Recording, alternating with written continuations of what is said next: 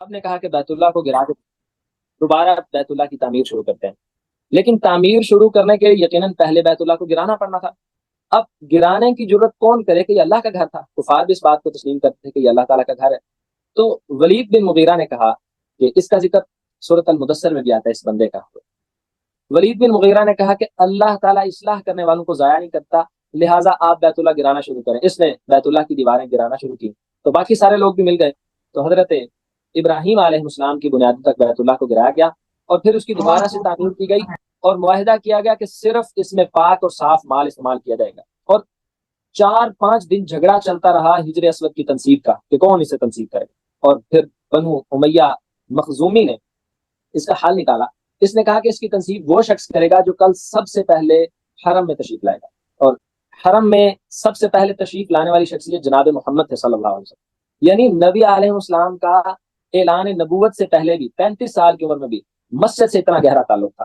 یہ سیرت کا بہترین اس میں عنوان۔ اب وہی ہجر اسود، نبی علیہ السلام نے ایک چادر منگوائی، سب سرداروں کا جھگڑا حل کر دیا گیا۔ آپ دیکھ رہے ہیں کہ اللہ تعالیٰ کیسے اسکیچ بنا رہے ہیں کہ میرے رب نے جس کو پہلے سے چنا ہو اس کے حالات اور واقعات یہ ایسے بن جاتے ہیں کہ پوری دنیا اس کو تسلیم کرتی ہے۔ اور پھر 35 سال کی عمر میں نبی علیہ السلام کو صادق اور امین کا لقب دیا گیا، اور ایک روایت کے مطابق 22 سال کی عمر میں صادق کا دیا گیا اور 35 سال کی عمر میں امین کا لقب دیا گیا۔ پھر اولاد میں سے نبی علیہ السلام کو بتائے گا ٹوٹل بیٹے کتنے تھے اور بیٹیاں کتنی تھی، جلدی سے۔ ہاں جی، 3 بیٹے، اور نبی علیہ السلام کی بیٹوں میں سے 3 بیٹے اور 4 بیٹیاں۔ اب 3 بیٹوں میں سے وقت ہو تو نام پوچھا جائے، مزہ آئے۔ حضرت قاسم، حضرت عبداللہ، اور انہی کا لقب طیب اور طاہر بھی ہے، اور ابراہیم علیہ السلام، اور 4 بیٹیاں تھیں۔ 4 بیٹیاں زینب، رقیہ، ام کلثوم اور فاطمہ۔ اور حضرت زینب رضی اللہ عنہ نبوت سے 10 سال پہلے پیدا ہوئی ہیں، اور ابو العاص خالہ کے بیٹے، ان سے نکاح ہوا 8 ہجری میں ان کی وفات ہوئی۔ اور آپ نے سکیچ دیکھنا ہے، یہاں ہمارے بہت سارے محترم ایسے موجود ہوں گے۔ میں نے کہا تھا سیرت النبی ہماری زندگی کے مسائل کا حل ہے، جہاں ہزاروں اس کے فائدے۔ تصور کیجئے گا کہ اللہ تعالیٰ نے اولاد دی اور پھر اولاد کے ساتھ کتنا وقت گزرا۔ پہلے ماں باپ کا آپ نے سارا سکیچ آپ کے ذہن میں ہے کہ باپ ولادت سے پہلے، والدہ 6 سال کی عمر میں، دادا 8 سال کی عمر میں، پھر چچا نے وفات کی، اور اب زینب 8 ہجری میں 31 سال کی عمر میں وفات پائی۔ ان کے بیٹے علی اور امامہ، یہ 2 بیٹیاں انہوں نے چھوڑی۔ قاسم یہ بعثت سے پہلے وفات پائی، انہوں نے 2 سال کی عمر میں، نبی علیہ السلام یعنی 40 سال سے پہلے 38 سال کی عمر تھی تب یہ قاسم فوت ہو گئے۔ رقیہ 7 سال پہلے پیدا ہوئی۔ اس کا مطلب ہم یہاں سے یہ بھی آپ میں سے کچھ ہوں گے جن کی اولاد ہوگی، یعنی پہلی بیٹی پیدا ہوئی، پہلے اور دوسرے بچے کے درمیان 3 سال کا گیپ ہے۔ یہ بھی سیرت میں مجھے تو یہ چیزیں بہت اٹریکٹ کرتی ہیں کہ 10 سال پہلے حضرت زینب پیدا ہوئی، دوسرے نمبر پہ رقیہ پیدا ہوئی نبوت سے 7 سال پہلے، اور ان کی حضرت 22 سال کی عمر میں انہوں نے رقیہ اور ام کلثوم، یہ 2 نبی علیہ السلام کی بیٹیاں ہیں، جن کے ابو لہب کے 2 بیٹے شیبہ، اتبا اور شیبہ، اور کچھ نے اس کا نام اتبا اور اتیبہ بھی لکھا ہے، ان کے ساتھ ان کے نکاح ہوئے تھے۔ لیکن ہم آگے آ کے پڑھیں گے کہ اس ظالم بد نصیب انسان نے صرف اس جرم میں کہ جس کو 40 سال تک جس شخصیت کو صادق اور امین کہتے رہے، ہجر اسد رکھوانے کے فیصلے کرتے رہے، اور مکہ کی تولیت رکھنے والے خاندان کا چشم و چراغ، جن کے بارے میں کہتے تھے، امانتیں جن کے پاس رکھتے تھے، جن کے بارے میں گواہیاں دیتے تھے، صرف اس جرم میں کہ انہوں نے یہ کیوں کہا کہ قولوا لا الہ الا اللہ، 2 بیٹیوں کو ابو لہب نے طلاق دلوا دی نبی علیہ السلام۔ تو یہ رقیہ کی نبوت سے 7 سال پہلے پیدا ہوئی، حضرت عثمان سے نکاح ہوا، ہجرت حبشہ میں شامل تھی۔ 2 ہجری غزوہ بدر کے موقع پہ حضرت عثمان اس لیے شریک نہیں ہوئے کہ وہ اپنی اہلیہ کی خدمت کر رہے تھے۔ یہ 2 ہجری میں انہوں نے وفات پائی، اور 22 سال کی عمر میں دوسری بیٹی بھی فوت ہو گئی۔ پہلی بیٹی 31 سال کی عمر میں، دوسری 22 سال کی عمر میں، قاسم 2 سال کی عمر میں، اور ان سے صرف ایک بیٹا تھا عبداللہ، وہ بھی 6 سال کی عمر میں فوت ہو گیا۔ پھر ام کلثوم ہے، اور ان کا بھی حضرت عثمان رضی اللہ عنہ سے بعد میں ان کا نکاح کیا گیا۔ 9 ہجری میں یہ بھی وفات پا گئی۔ پھر حضرت فاطمہ الزہرا رضی اللہ عنہا، صرف نبی علیہ السلام کی اولاد میں سے ساری اولاد زندگی میں فوت ہو گئی۔ اور یہ سیشن بیان کرنے کے لیے بھی ہمت چاہیے، قربان جائیے اس نبی پہ کہ اس قدر قربانی کی داستان رقم کی ہے۔ اور ہم ذوالحجہ میں حضرت ابراہیم کی سیرت پڑھ کے بھی ہم اپنے رب کے لیے قربانیوں کا ذہن نہیں بنا پائے، ہم سمجھ ہی نہیں پائے۔ وَفَدَيْنَاهُ بِذِبْحٍ عَظِيمٍ، صرف ابراہیم نے بیٹوں کی قربانیاں نہیں دی، محمد کریم سے تو رب نے باپ کی قربانی، ماں کی قربانی، صرف سنیریو بات سمجھانے کے لیے ماں کی قربانی، اولاد دی، 4 بیٹیاں 3 بیٹے سارے۔ اس کے بعد حضرت فاطمہ الزہرا رضی اللہ عنہا، 2 ہجری میں ان کا یہ نبوت کے 1 سال بعد پیدا ہوئی. یاد رہے گا زینب 10 سال پہلے، رقیہ 7 سال پہلے، یہ 1 سال بعد پیدا ہوئی. 2 ہجری میں ان کا حضرت علی رضی اللہ عنہ سے نکاح ہوا ہے 14 سال کی عمر. اس کا مطلب نکاح کی عمر یہ ہے. وَأَنكِحُوا الْأَيَامَ مِنكُمْ وَالصَّالِحِينَ مِنْ عِبَادِكُمْ وَإِمَائِكُمْ، اپنے میں سے بے نکاحوں کے نکاح کریں. اور آج میڈیکل سائنس، اور جب سے یہ ڈپریشن اور انگزائٹی اور آسٹیوآرتھرائٹس اور گوڑوں، یہ گھٹنوں کے مسئلے، اور یہ کیا کیا خواتین کے اندر گائنی کے مسائل ہیں، تو میڈیکل سائنس سے تعلق رکھنے والے بھی اور تھوڑی سمجھ والے وہ کہہ رہے ہیں خدا را اپنے بچوں کی وقت سے شادیاں کریں. سیرت کا پیغام ہے. اور دیکھیے صرف نبی علیہ السلام کی میں ذکر کر رہا تھا جب مائک میوٹ تھا، قربانیوں کی داستان چیک کریں. قربان جائیے، پیدا ہوئے باپ نہیں، والدہ چلی گئی، دادا چلے گئے، اولاد اللہ نے دی تو 4 بیٹیاں 3 بیٹوں میں سے سارے زندگی میں وفات پائے. صرف حضرت فاطمہ رضی اللہ عنہ وفات کے 6 مہینے بعد وفات پائیں. 14 سال کی عمر میں 2 ہجری میں نکاح ہوا، اور 23 سال کی عمر میں 11 ہجری کو حضرت فاطمہ بھی وفات پا گئی رضی اللہ عنہ. اور جس سے نکاح کیا نبی علیہ السلام نے حضرت، ہمارے پاس وقت نہیں ہے، صرف اولاد میں سے ایک اولاد پہ مکمل سیشن کیا جا سکتا ہے، ایک اجمالی خاکہ سیرت کا ہم سمجھ سکتے ہیں. اور جس سے نکاح کیا، قربان جائیے، سبحان اللہ، وہ علی المرتضیٰ ہے. وہ کون؟ بچوں میں سے جو سب سے پہلے ایمان لانے والے. یعنی جب اللہ تعالیٰ آپ کو اقتدار عطا فرمائے، پھر آپ نے اپنے مخلص دوستوں اور لوگوں کو بھولنا نہیں ہے، بلکہ اب وہ انتہائی غریب آدمی تھے حضرت علی رضی اللہ، لیکن ان کو اپنی بیٹی کا نکاح دیا. اس کے بعد ایک بیٹے ہیں حضرت عبداللہ، وہ 1 سال بعد پیدا ہوئے، اور نبوت کے 1 سال بعد پیدا ہوئے. 1 سال 6 ماہ 8 دن کی عمر میں یہ بھی وفات پائے. پھر ابراہیم، ان کی وفات بھی بڑی غم کا دینے والی، یہ آخری بیٹے ہیں، اور 8 ہجری میں 1.5 سال کی عمر میں وفات پائی. اور نبی علیہ السلام نے فرمایا تھا ان العین تدمع والقلب يحزن ولا نقول الا ما يرضي ربنا، بے شک آنکھیں چھم چھم برس رہی ہیں اور دل غم سے بھرا ہوا ہے. انا بفراقک یا ابراہیم لمحزونون، اے ابراہیم تیری جدائی میں دل غم سے بھرا ہوا ہے، لیکن زبان سے صرف وہی کہیں گے جس سے اللہ تو راضی. ہم ذوالحجہ کے عنوان سے، سیرت النبی کے عنوان سے، نبی علیہ السلام کے سارے بیٹے، سارے بیٹیوں کی وفات زندگی میں ہوگی، صرف حضرت فاطمہ کے علاوہ. ہم کہہ نہیں سکتے کہ دین ایک قربانیوں کی لمبی داستان کا نام ہے. جسے زندگی ہو پیاری وہ یہیں سے لوٹ آئے. جس شخص کو زندگی عزیز ہے، جو اپنا کمفرٹ زون نہیں چھوڑ سکتا، جو اپنی پیاروں کے حادثات برداشت نہیں کر سکتا، جو اذیتوں کا عادی نہیں ہے، جو ابراہیم کی طرح اسماعیل پہ چھری نہیں چلا سکتا، جو ان کو غیر ذی زرع فلسطین جیسے خوبصورت علاقوں سے مکہ کی طرف جو ہجرت نہیں کر سکتا، وہ اس دین کے کام کی طرف مت بڑھے، اس کے بس کی بات نہیں. یہ سیرت اس بات کی ٹریننگ کرتی ہے کہ اگر آپ نے کسی بڑے کاز اور مشن اور ویژن کے لیے کام کرنا ہے، then you have to sacrifice. آپ کو ہجرتیں برداشت کرنی پڑیں گی. آپ میں سے شاید کوئی بیٹیوں والا ہو، اب ہم بیٹیوں والے ہیں الحمدللہ، ہم سمجھ سکتے ہیں صرف یہ سیرت مصطفیٰ میں سے ایک غم اتنا بوجھل ہے کہ اگر پہاڑوں پہ ڈال دیا جائے وہ ریزے ریزے ہو جائیں. ابو لہب نے 2 سکی بیٹیوں کو صرف اس وجہ سے طلاق دلوا دی کہ کیوں اسلام کا دعویٰ کیا. اب یہ اولاد آدم، پھر وہی کا آغاز آپ جانتے ہیں، نبی علیہ السلام. سبحان اللہ، میرا سوال سیشن ہوتا، سوال کرتے کتنا مزہ آتا. اچھا وہی تو آئی 40 سال کی عمر میں، اس سے پہلے نبی علیہ السلام غار حرا میں کیا جا کے کیا کرتے تھے؟ سوچنے کی بات ہے نا. یعنی اسلام وہی اللہ کے احکامات تو 40 سال کی عمر میں. غار حرا میں نبی علیہ السلام تنہائی پسند تھے، وہاں اعتکاف کرتے تھے، رمضان وہاں جا کے گزار رہے تھے، وہاں سامان لے جاتے، وہاں رہتے. یہ کیا کیا کرتے ہوں گے؟ سوچیے. یہ آپ کی اور میری اسائنمنٹ ہے، یہ ہمارا کرنے کا کام ہے. تھوڑا سا سوچیے، کوئی بتا سکتا ہے کائنڈلی؟ اس وقت جو سوسائٹی میں بری چیزیں پھیلی ہوئی تھیں، جو مسئلے تھے ان پر پونڈر کرتے تھے، انالیسس کرتے تھے، سیلف انالیسس کرتے تھے، تزکیہ نفس کرتے تھے، اور یہ سوچتے تھے کہ سوسائٹی کو صحیح راہ پہ کیسے لے کے آیا جا اللہ سکے.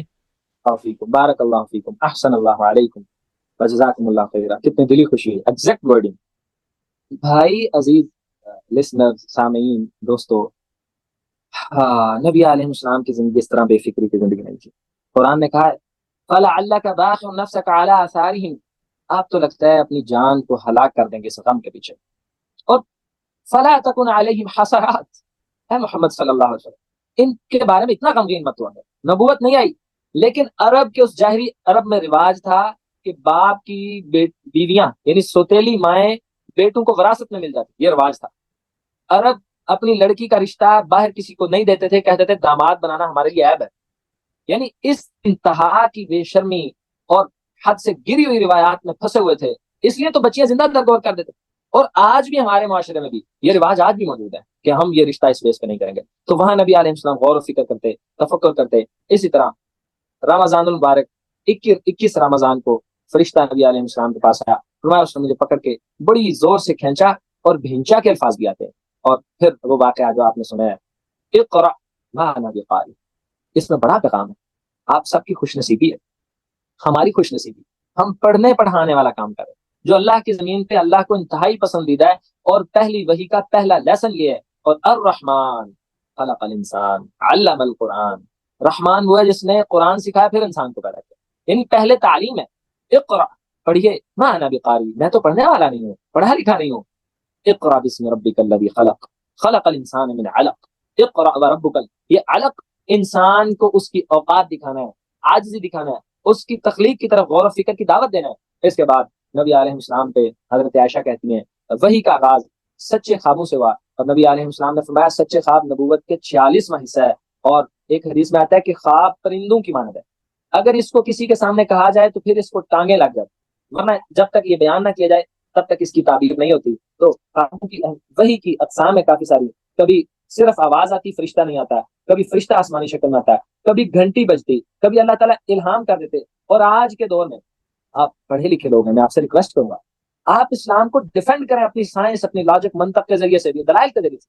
آج میں کہتا ہوں ہم وہی کو ثابت کر سکتے ہیں۔ کین وی امیجن کہ کوئی بندہ لاہور بیٹھا ہے وہ میری ویڈیو دیکھ رہا ہے، کتنی کیا آج سے 100 سال پہلے از اٹ پاسبل کہ کوئی امریکہ بیٹھا ہے میرا آڈیو پیغام سن رہا ہے؟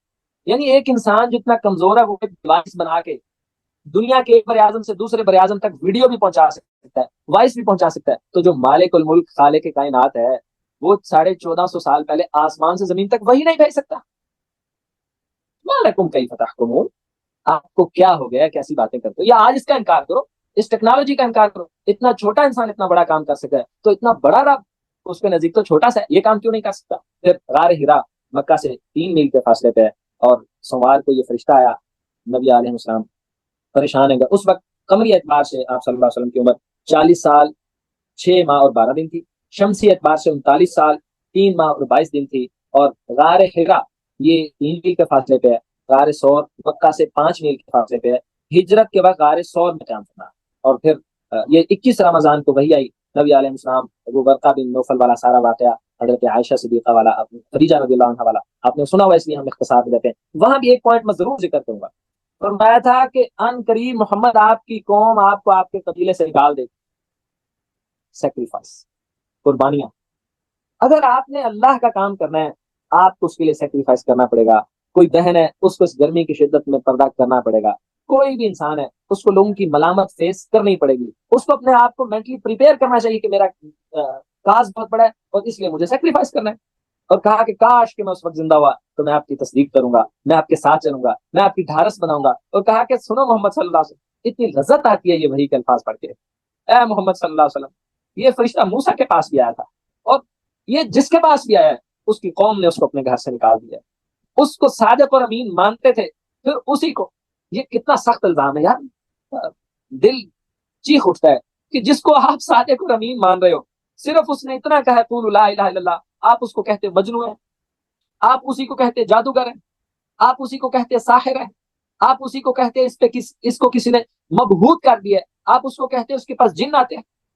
کسی معزز اور شریف عزت نفس والا اعلیٰ خاندان والا بہترین اخلاق والی شخصیت پہ یہ الزام اتنا بوجھل ہے کہ ہماری جیسی کسی انسان پہ لگا جائے اور اس موجودہ دور کا انسان خودکشی کر جائے۔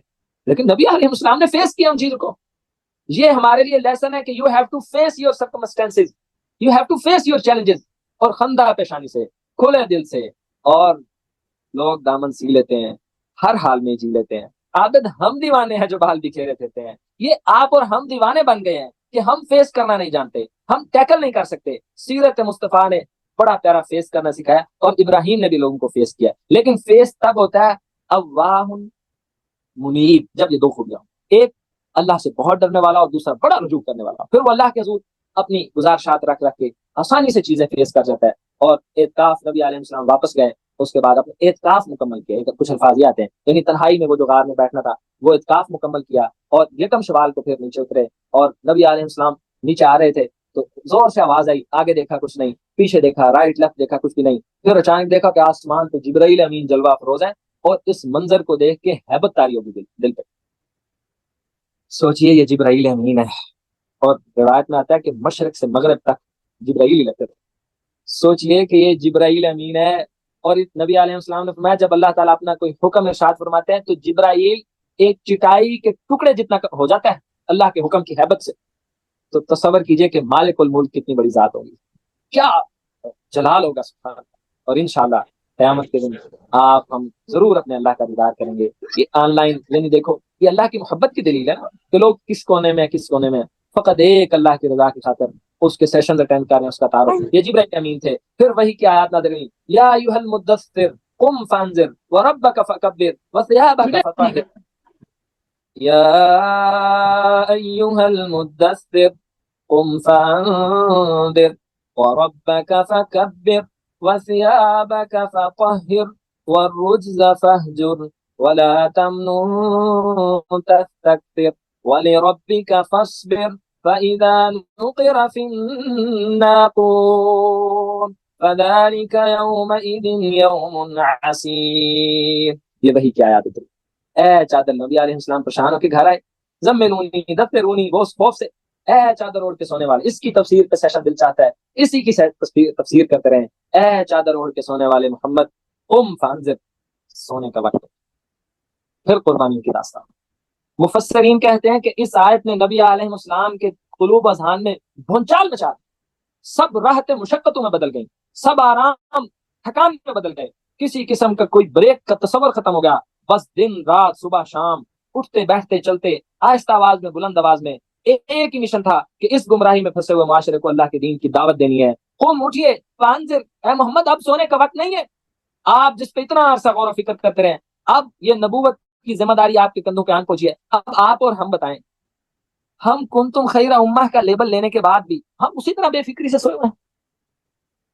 کبھی تیرے دل میں بھی کسک ہوئی، پھر وہ شاعری کے قطعے بڑھتے جائیں گے کہ کبھی تیرے دل میں بھی مسلمان تھوڑا سا احساس پیدا ہوا کہ قم فانذر کا مشن میں نے بھی لے کے چلنا تھا. پھر نبی علیہ السلام نے دن دیکھا نہ رات دیکھے، نہ اپنے خاندان کے دیکھے نہ پرائے دیکھے، دین کی دعوت کا آغاز شروع کر دیا. اور پھر اعلان 3 سال چھپ کے دعوت کا آغاز کیا گیا. دار ارقم میں زید بن ارقم ان کا گھر تھا کوہ صفا کے پاس، اور وہاں حضرت حمزہ اور حضرت عمر جیسے عظیم القدر لوگ اسلام لائے. 40 لوگوں کو اللہ تعالیٰ نے اسلام کی نعمت سے نوازا. یہ ایک ایک بندے کا اسلام کئی دنوں ہفتوں اور مہینوں کی محنت کا ثمر تھا. میری زندگی میں بھی کبھی ایسے دن آ جائیں یا اللہ سیرت مصطفیٰ پڑھنے کے بعد. یہ ہے لقد کان لکم فی رسول اللہ اسوۃ حسنہ لمن کان یرجو اللہ والیوم الاخر. بات سنو مومنو، اگر آخرت پر ایمان رکھتے ہو نا پھر اللہ کے رسول کی زندگی سنو، نہیں رکھتے تو ٹھیک ہے، آپ کا یہ سٹائل ہونا چاہیے. پھر نمازیں، تب بھی نمازیں دل چاہتا تھا سیشن ہوتا، سوال کرتے مزہ آتا. نماز تب بھی پڑھتے تھے مسلمان، صبح اور شام نمازیں پڑھی جاتی تھی، بس 2 نمازیں صبح اور شام. اور پھر نماز کا باقاعدہ حکم تو معراج میں ملا، 5 نمازیں. اور صلاۃ الخوف یہ جو ہے مسح، یہ 5 ہجری میں نازل ہوا. وضو کا طریقہ بھی بعد میں اہتمام سے نازل ہوا. اعلانیہ دعوت پھر سورۃ الشعراء کی آیت نمبر 214 اترنے کے بعد وانذر عشیرتک الاقربین، اپنے رشتہ داروں کو ڈرائیے. اس کے بعد نبی علیہ السلام کوہ صفا پہ گئے، بنو ہاشم اور بنو مطلب کے لوگوں کو جمع کیا اور ان کو کہا قولوا لا الہ الا اللہ تملک العرب والعجم. اس مجلس میں ابو لہب نے کہا تبا لک یا محمد، اے محمد تیرے ہاتھ ٹوٹ جائے. اور پھر ایک جگہ دعوت کی 45 لوگوں کی، اپنے خاندان کے لوگوں کو. ہمارے لیے پیغام ہے، ہم اپنے کزنز کو، اپنے دوستوں کو، اپنے کولیگز کو، اپنے ہم عمر کو ان کو دعوت دے کے گھر بلائیں اور اللہ کا پیغام سنائے. 45 لوگوں کو کھانے کی دعوت دی، وہاں بات کرنے لگے. ابو لہب نے بدتمیزی کی، انکار کیا، وہ دعوت پھر منتشر ہو گئی. نبی علیہ السلام اسی پریشان دل سے خاموش اور تکلیف سے واپس آ گئے. پھر دعوت کی، پھر ابو لہب نے بدتمیزی کی. ابو طالب نے تعاون کا اعلان کیا. اس کے بعد نبی علیہ السلام نے کوہ صفا پہ اعلان کیا تھا کہ لوگوں اگر میں تمہیں کہوں کہ اس سے پیچھے کوئی لشکر حملہ کرنے والا مانو گے؟ سب کہتے ہیں مانیں گے. جب کہا کہ ایمان لاؤ سب مکر گئے، سب نے انکار کر دیا. پھر ابو طالب نے آخری وقت تک بڑا ساتھ دیا. اور پھر غلاموں کی تکالیف کا ذکر ہے کہ نبی علیہ السلام کی وجہ سے غلاموں کو جو تکالیف ملی. اور مکہ کی تکالیف، عقبہ بن ابی معیط اس نے اوجری پھینکی، ایک دفعہ گلے میں رسی باندھ لی، رنگ مبارک سرخ ہو گیا. ابو بکر صدیق چھڑانے آئے، ان کو جوتوں سے مارا گیا، ایک روایت میں آتا ہے. اور ابو بکر کوئی عام بندہ نہیں تھا. ایک کافر نے کہا تھا کہ ابو بکر اگر آپ جیسا بندہ مکہ سے چلا جائے تو اللہ تعالیٰ مکہ کے لوگوں کو تباہ کر دے گا. اس نے امان دی تھی ابو بکر صدیق، اور چھوڑ کے مکہ اس لیے جا رہے تھے یہ لوگ قرآن نہیں پڑھنے دیتے. ابو بکر صدیق جیسی عظیم شخصیت کو، ایک بڑی عمر کے بندے کو، ایک تاجر کو، ایک مالدار انسان کو، ایک سلیم الفطرت انسان کو جنہوں نے زمانے جاہلیت میں بھی شراب نہیں پی، اس جیسے انسان کو جوتوں کے ساتھ مارا گیا. میں نے کہا تھا نا یہ محبت مصطفیٰ ہے. جو انسان کو سیرت پڑھنے پر مجبور کر دیتی ہے. ابو بکر بے ہوش ہو گیا ہے, گھر لے جایا گیا تو سب سے پہلا سوال جب ہوش آیا پوچھا کہ محمد ٹھیک ہے صلی اللہ علیہ وسلم. ایویں اللہ تعالیٰ نے کہا ہے والذی جاء بالصدق وصدق به اولئک هم المتقون. صدیق کا ہے اللہ نے ابو بکر, والذی جاء بالصدق, جو سچا دین لے کے آئے, وصدق به, اور اس کی تصدیق ابو بکر نے کی. یہ ہے متقی لوگ. ان متقی لوگوں نے اسلام کے لیے تھپڑ کھائے ہیں, مارے کھائی ہیں, ہجرتیں کی ہیں, طلاقیں اپنی بیٹوں کی برداشت کی ہیں, اپنے پیاروں کے غم برداشت کیے ہیں, اپنے ملک چھوڑنے پڑے ہیں, ان کو اپنی چدراہٹیں چھوڑنی پڑی ہیں, ان کو اپنا کیموفلاج کر کے چھپ چھپ کے رہنا پڑا ہے. یہ قربانیوں کی لمبی داستانیں ہیں, اور اس لیے ان لوگوں کو اسلام کی بڑی قدر تھی. زاروں قطار رو دیتے تھے ایک ایک بات, ان کو اپنی زندگی کے بڑے واقعات یاد دلاتے تھے. اور میرے رب نے بھی کمال شفقت کی ہے. السابقون الاولون, پھر اللہ نے کہا ہے یہ ہے سب سے زیادہ ایمان میں سبقت لے جانے والے. اللہ نے پھر ان کو بڑی عزت سے نوازی. عتبہ بن ابی لہب, نبی علیہ السلام نے بہت سارے لوگوں کے لیے بد دعا کی. اس ظالم کے لیے بھی بد دعا کی کہ اللہ اس پہ کتا مسلط کر دے, اور واقعی اس کو خوف تھا, اس نے بڑی سیکیورٹی کی, اس کو یقین تھا کہ مجھ پہ کتا مسلط ہوگا. اس پہ واقعی کتا نے اس پہ حملہ کیا اور یہ قتل ہو گیا. پھر وہی ہے جس نے نبی علیہ السلام کے ایک بیٹی کو طلاق دی تھی. اب یہ مکی زندگی کی مشکلات سے آگے انشاءاللہ ہم نیکسٹ اپنا سیشن لے کے جائیں گے. ٹوٹی پھوٹی کاوش کی ہے, بڑی محنت کے بعد یہ مٹیریل جمع کر دیا جاتا ہے.